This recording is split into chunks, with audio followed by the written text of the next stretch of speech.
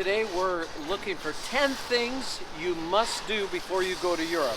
And the first thing is, if you're going to go to Europe, you need euro. So we are in San Francisco, and I'll leave a link in the description of where to go to buy euro. But what we're going to do is we're going to take this and turn it into euro. How much are you going to get? $300. Huh. How much are you getting? About 50. 50. All right, no, we can't shoot inside because they don't allow. But we're also going to go over the other things you need to know before you go on vacation. Perfect. Let's do it. All right, we're back from getting our euro. Show them what the euro looks like, Ed. I just got 300 euro. They're rather large. They're rather confusing.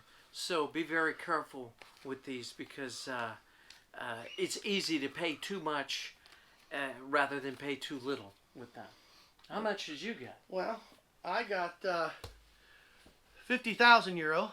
Oh, I see. Well, I'm on a budget. I'm going to put my 300 euro to the side here. Now, the key before you go to Europe, part of our 10 things you need to know, get an app on your phone.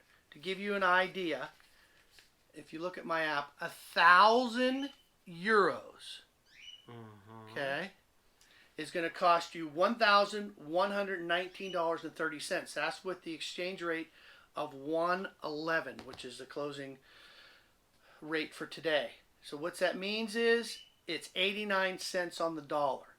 Now, when we go to the place that you saw us this morning, she charges us 116. A bank is going to charge you about 119 with maybe a $5 or $10 fee. $10. If you go to the airport, they're going to charge you like don't go to 29 points. A $100 bill gets you 60 euro. You're going to get like 70 cents on the dollar. Stay out of the airports. So guys. don't do it whatever you can. That's the worst thing you go. Okay. All right. The next thing, everybody has a job when you go on vacation. Me and Eddie been traveling for years. We have good strengths and bad strengths, each one. Eddie is really good at booking hotels, finding hotels. I do the hotel. I'm really good at logistics. So get yourself a book, itinerary book. Inside here, you'll see. You get to the gate, you got all your airplane stuff, where you're sitting. The other side is going to give you hotels, confirmation numbers. You got to have confirmation numbers. You could get all the way to Europe and they go, we don't have you in our system, sir. Now you're homeless in Europe living in the streets. So what you want to make sure is get a confirmation number, okay? And then you get, you'll be just fine. Now, you can take only $10,000 out of the country at a time unless you fill out the proper paperwork and have a reason. You know, I'm going to go buy a car. So if you want to take a little bit more, print out a couple things on Craigslist in Europe saying, I'm going to look at buying a car, I'm thinking about buying it. As long as you declare it, and they'll let you take you'll be fine. Okay. Another good thing is there's no tipping in Europe. None. We went to a very, very exclusive steakhouse in Stuttgart. Christophilus at the Porsche Museum. And I had to give them something, and I ended up giving like 6%, and even the waitress was like, "Oh my God, what are you doing?" And they just don't. It's already included. It's already included. They don't tip. So if you're one of those guys who don't like to tip, you're going to be styling in Europe. If you want to tip them, they get very confused. Like, why are you giving us money? True. So that's another good thing. Let's see here. You want to check with your cell phone provider. Now, Verizon Wireless, who me and Eddie have a $10 a day Euro Pass. What that gives you is unlimited data, unlimited talk and text for $10 a day. Now we're going to Europe for 11 days, so it'll be $110. It's really good because you'll get your GPS. You're gonna get lost. If you get lost in America, you're gonna get lost in Europe. Yes. And you don't want to be like us, who got lost one time and asked two pickpockets where to go, and we end up getting pickpocketed. Yes. That's a whole nother video. Belgium. Another video. All right, so make sure you check with your cell phone provider. Now, there is a way to call Europe from America using something called Wi-Fi calling. It's very easy. You just go in, turn your phone to airplane mode, then go into your Wi-Fi setting, turn on Wi-Fi calling, and then scroll down, and you'll see a little phone icon. turn that phone off and proceed to call Europe. Now the phone numbers are really weird. There's always a plus. Like for Amsterdam, it's plus 31 because the country code is 31. Germany, I think, is 41. So there is a way to call free to Europe to make hotel reservations. Now Eddie likes to do everything through like TripAdvisor and all that stuff. I personally like to call the hotel and actually talk to the guy at the desk. So either way, you can call Europe for free. Okay. Let's see here. Next item is your passport. Very, very important. Be sure you have it. It's the most important thing you'll ever have in Europe. Lose it, you're in for a world of problems. Make sure you check your dates make sure your passport is valid before you leave. And if it's expiring in 6 months, they will not let you go. And it's a great idea, you guys, to make copies of the passport and just have paperwork on your passport in the event of the...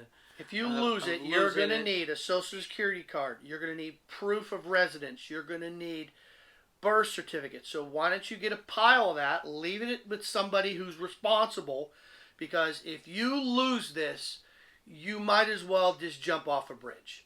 Because what you're going to end up doing is you're going to have to go to the U.S. consulate.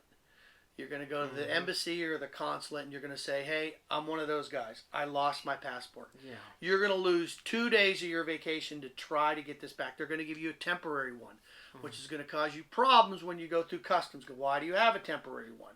It's just don't give yourself problems. I can't emphasize, this is your life. Now, if you excuse me while I go off camera, what I do is and I keep my passport, which you can get on Amazon, in this little clear plastic case. Great and then idea. I have a little lanyard that goes around my neck. And I put that lanyard down my shirt. And it's right there. It's right there. Now, when you get to the airport, before you get to your seat on an airplane, you're going to at least show this passport at least 6 to 8 times. 6 to 8 times. You'll show it to somebody, walk 20 feet, and another person will look at it, and you'll be like, I just showed it to that person.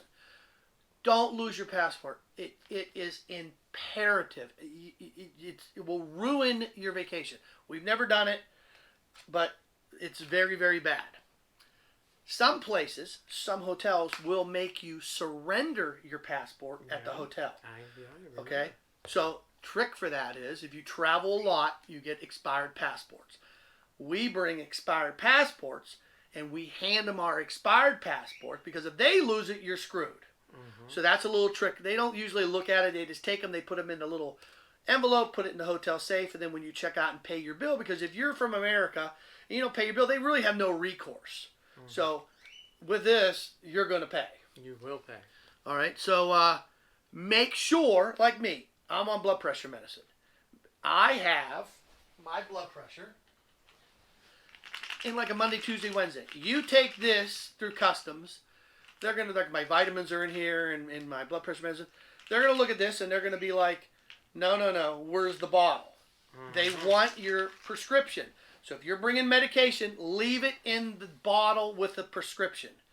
Because for all they know is now you're trying to explain to them that they think it's ecstasy tablets. And you're like, no, this is my blood pressure and my vitamins.